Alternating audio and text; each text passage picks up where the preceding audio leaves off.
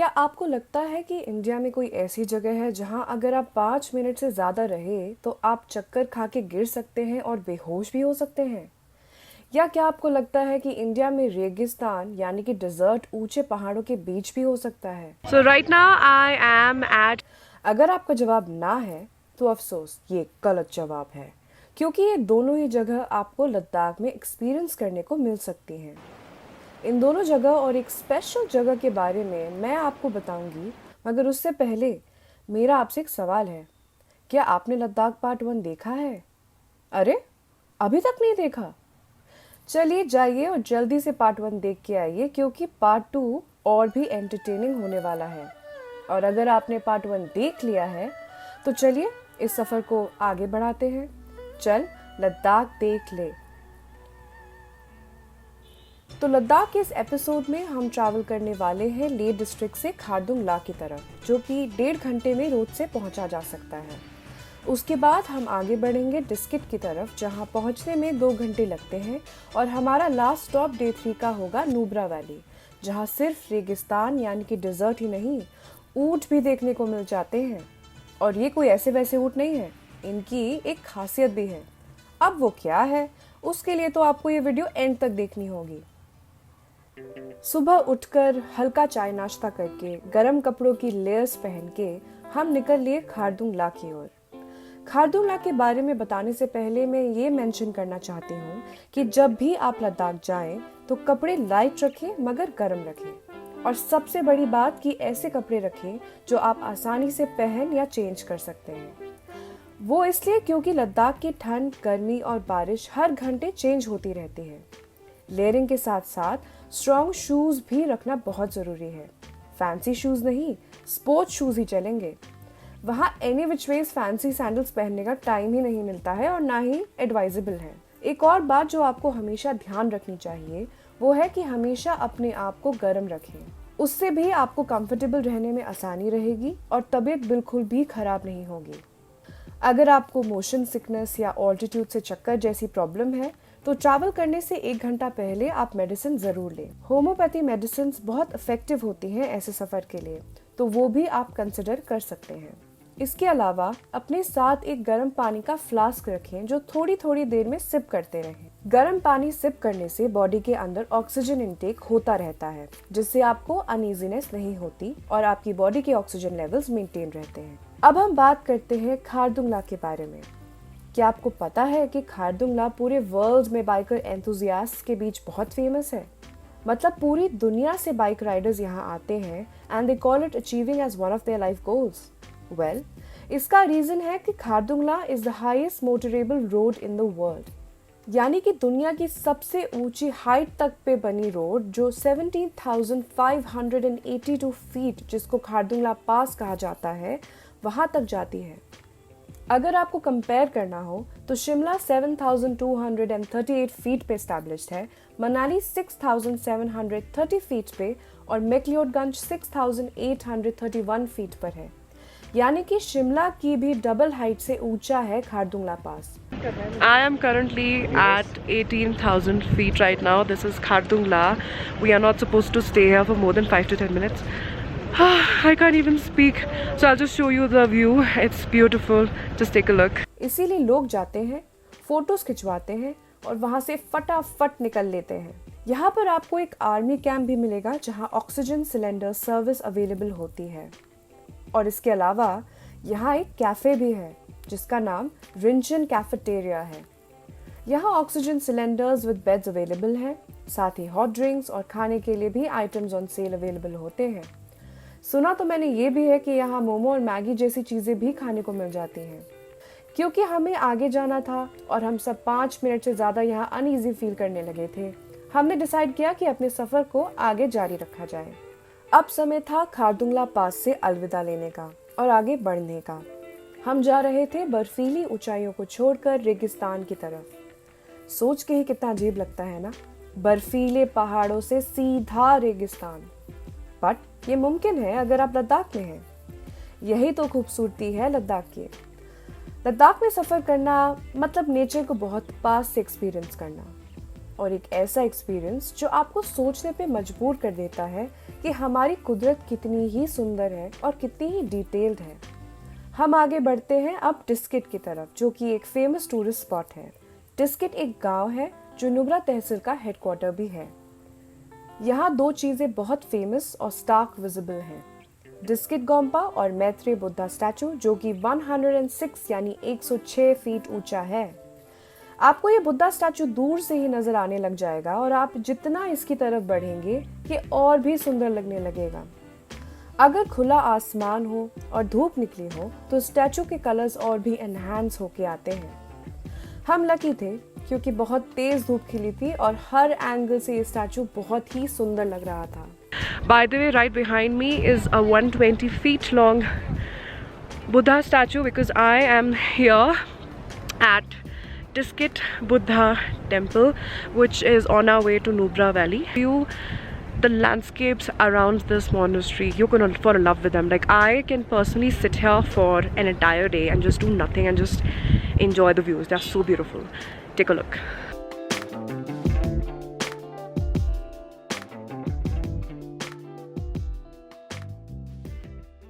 जहाँ डिस्किट मॉनेस्ट्री काफ़ी पुरानी है, जंपा बुद्धा यानी कि मैत्रेय बुद्धा स्टैचू रिसेंटली 2006 में बनना शुरू हुआ था और 25 जुलाई 2010 को दलाई लामा जी ने कॉन्सेक्रेट किया था।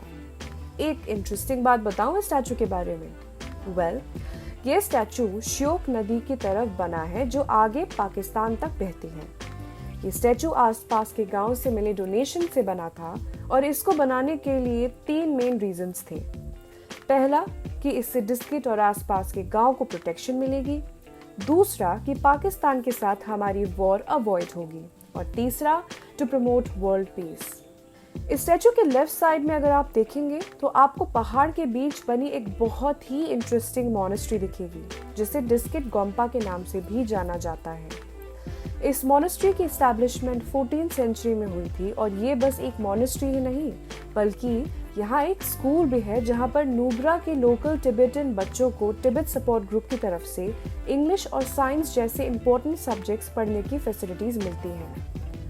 अगर आपके पास टाइम हुआ तो आप मॉनेस्ट्री भी चेकआउट कर सकते हैं। अगर आप देखें तो आपको यहीं से आगे नुब्रा वैली नजर आ जाएगी। तो बाबू समझो इशारे, नुब्रा वैली पुकारे, पम पम पम। यहाँ चलती को गाड़ी कहते हैं प्यारे, पम पम पम। नुब्रा वैली डिस्किट से बहुत पास है, मगर नुब्रा के फेमस सैंड ड्यून्स देखने से पहले हमें पहुंचना था अपने होटल। नुब्रा के होटल्स और गेस्ट हाउसेस हुंदर में सिचुएटेड हैं। वहां आपको बेसिक से लेकर कैंप टेंट्स और लोकल होटल्स मिल जाएंगे और साथ ही मार्केट्स और मेकशिफ्ट रेस्टोरेंट्स भी हैं जहां वेजिटेरियन और नॉन वेजिटेरियन खाना इजीली मिल जाता है। हुंदर डिस्किट गोम्पा से हार्डली 25 मिनट की दूरी पे है, तो हम फटाफट अपने होटल पहुंच गए। हमारे गेस्ट हाउस का नाम था लोसर गेस्ट हाउस, जो कि ओयो के अंडर आता है। काफ़ी कंफर्टेबल गेस्ट हाउस है ये, जिसके रूम्स और बाथरूम्स दोनों ही बहुत स्पेशियस हैं। बाहर कलरफुल गार्डन है और एक कैंटीन है जहां अगर आप प्री ऑर्डर करें तो गर्म और टेस्टी खाना भी मिल जाता है। नुब्रा जैसी जगह almost in the middle of nowhere बनी है, इसीलिए ऐसी जगह रहना एक रेस्ट्रिक्शन के साथ आता है और वो है लिमिटेड इलेक्ट्रिसिटी। 24 घंटे में कुछ डेडिकेटेड घंटे और टाइम स्लॉट्स होते हैं जब लाइट आती है। तो जब आप लद्दाख में ट्रैवल करें अपने साथ पावर बैंक ज़रूर लेके जाइए और जहां अपॉर्चुनिटी मिले अपने फ़ोन बैटरीज, कैमरा बैटरीज और साथ ही पावर बैंक्स चार्ज करना ना भूलें। सच बोलूं तो मुझे इस बात से कुछ खास प्रॉब्लम हुई नहीं थी। जहां तक बैटरीज चार्ज हो जाएं और खाना खाकर अपने रूम में आकर सेटल हो सकें, इलेक्ट्रिसिटी की एसड ज़रूरत नहीं थी। चलिए आगे बढ़ते हैं। तो रूम में लगेज सेटल करके फ्रेशन अप होके हम निकले नुब्रा के मेन अट्रैक्शन की तरफ, हुंदर सैंड ड्यून्स, जो हमारे गेस्ट हाउस से बाय कार बस 12 मिनट की दूरी पे था। हुंदर सैंड ड्यून्स को हिंदी में हुंदर रेत के टीले भी कहा जाता है। जैसा कि आप नाम से समझ ही गए होंगे, यहाँ दूर दूर तक बस रेत ही रेत है और रेत के टीले हैं। हमारी कार श्योक नदी की एक नहर के साथ चलते चलते पहुंच गई इन सैंड ड्यून्स की एंट्रेंस पे। यहाँ आपको एक रेस्टोरेंट मिल जाएगा जहाँ आप सनसेट देखते हुए चाय और पकौड़ों के मज़े ले सकते हैं। पर अगर आप बस जाकर इस जगह को सिर्फ एक्सप्लोर करना चाहते हैं तो आगे बढ़िए और देखिए कि ये सीन कितना फैसिनेटिंग और अनबिलीवेबल सा है। कौन सोच सकता है कि पहाड़ों की ऊंचाइयों के बीच आपको रेगिस्तान देखने को मिल जाएगा। अरे हाँ, मुझे याद है मेरा प्रॉमिस, आपको एक इंटरेस्टिंग चीज़ से इंट्रोड्यूस कराना है। तो मिलिए हम्पी डम्पी और उनके सारे भाई बहनों से। जी हाँ, नुब्रा वैली में आपको देखने को मिलेंगे कैमल्स यानी कि ऊंट। मगर ये जो कैमल्स है ना, वो आपके रेगुलर कैमल से अलग हैं।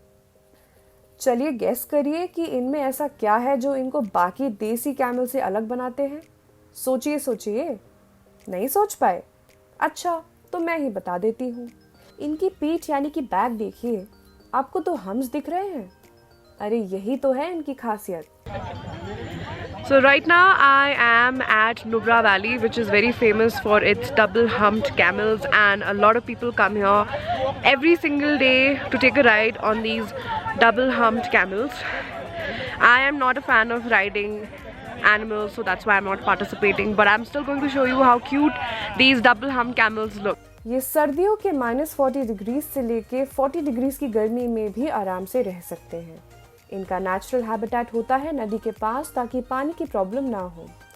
ये खुले आसमान के नीचे सोना पसंद करते हैं और दिन ये अपना खाना ढूंढने में निकालते हैं। ये सूखे पत्तों से लेके कांटों वाले कैक्टस तक बहुत आराम से खा सकते हैं और ये कई महीने बिना पानी के भी रह सकते हैं। हुंदा सैंड ड्यून्स में आप फोटो खिंचवाइए, वहाँ की साफ नहर में पैर डाल के थोड़ी देर टाइम स्पेंड करिए, चाय पीजिए, डबल हम्प्ड कैमल्स के बारे में जानिए और नुब्रा वैली के सनसेट को एंजॉय करिए। लोगों की चहल पहल, ऊँटों के गले की घंटियों की आवाज़, नहर में बहता तेज पानी और कूल ब्रीज के साथ हमारा डे 3 ऑफ लद्दाख देख ले कंक्लूड हुआ और हम लौट गए अपने गेस्ट हाउस को, जहाँ वेट कर रहा था हमारे लिए गर्मा गर्म खाना। बस खाना खाया, सब गैजेट्स चार्जिंग पे लगाए and we hit the sand. जितना ही एडवेंचरस और अद्भुत डे 3 था, उतना ही इंटरेस्टिंग डे 4 भी होने वाला था। अरे, हम लद्दाख के फेमस पैंगोंग लेक जो जाने वाले थे, वही लेक जिसको 3 इडियट्स ने इतना फेमस कर दिया कि रातों रात लद्दाख में टूरिस्ट का जाना 10 टाइम्स और बढ़ गया। हो गए ना एक्साइटेड वहाँ मेरे साथ इस सफ़र पे आगे चलने के लिए? तो बस वेट करिए, क्योंकि लद्दाख देख ले पार्ट 3 भी इतना ही इंटरेस्टिंग होने वाला है। बस पैंगोंग लेक ही नहीं, आने वाले पार्ट में हम इंडो चाइना बॉर्डर को टच करेंगे, कारगिल मेमोरियल का इंडिपेंडेंस डे स्पेशल प्रोग्राम देखेंगे, लद्दाख के सबसे फेमस स्तूपा को विजिट करेंगे और वहाँ की लोकल मार्केट भी चेकआउट करेंगे। क्या आपको नहीं जानना कि लद्दाख में खाएं तो क्या खाएं? और वहाँ खाने को कुछ मिलता भी है कि बस लोकल खाना जो मिल जाए वो खा लो जैसी सिचुएशन होती है? ये सब मैं आपको बताऊंगी अगले पार्ट में। तब तक के लिए इस वीडियो को दोबारा देखिए। अगर कोई आपके मन में सवाल हो यहाँ दिखाए गए कोई भी टूरिस्ट स्पॉट को लेके, लद्दाख को लेके, या आप इस वीडियो के बारे में कुछ कहना चाहते हैं, तो बेझिझक नीचे कमेंट करिएगा ज़रूर। मुझे अच्छा लगेगा और मैं समझूंगी कि आपको ये सफ़र में मज़ा आ रहा है। अब पसंद आया है तो इस वीडियो को लाइक, शेयर और सब्सक्राइब भी तो करिए, क्योंकि ये सफ़र तो अभी बस शुरू हुआ है। This is me, Apurva, signing off from Srilogy. See you in the next chapter of Ladakh Dekh Le.